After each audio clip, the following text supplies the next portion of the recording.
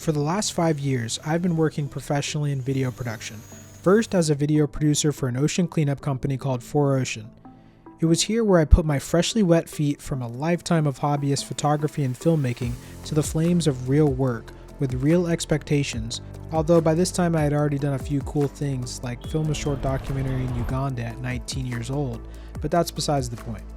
This was my first big full-time role, and for the first mission I was to capture the cleanup operation in Puerto Barrios, Guatemala, just 1 week in on the job. I was told that I crushed it, and I would go on to learn the ins and outs of documenting and showcasing the clean ocean movement. A few years later, I was then offered a position at the Palm Beaches, Palm Beach County's tourism agency. It was here where I really got my 10,000 hours in creating content for social media and growing brands, helping produce new series like Live Like a Local, and growing a YouTube channel from 2,000 to over 100,000 subscribers.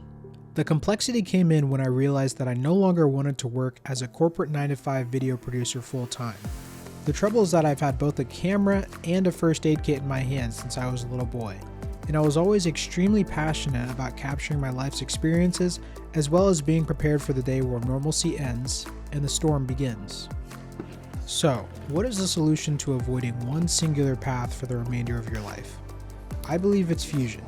How can I blend the skills I have in video production and social media with my background in emergency preparedness and response? To start, it's by creating an environment where I have the time and ability to learn new skills and nurture old ones. Almost 1 year later, and I'm now nearing the finish line for my bachelor's after years of delay and periodic restarts. This will help with whichever grad or other educational programs I decide to pursue in medicine. Next, I needed to grow my knowledge in the world of EMS, starting with earning my EMT certification. I just recently returned from my remote EMT course in Washington, where I learned skills not only for my national EMT certification, but also some wilderness and austere medical interventions.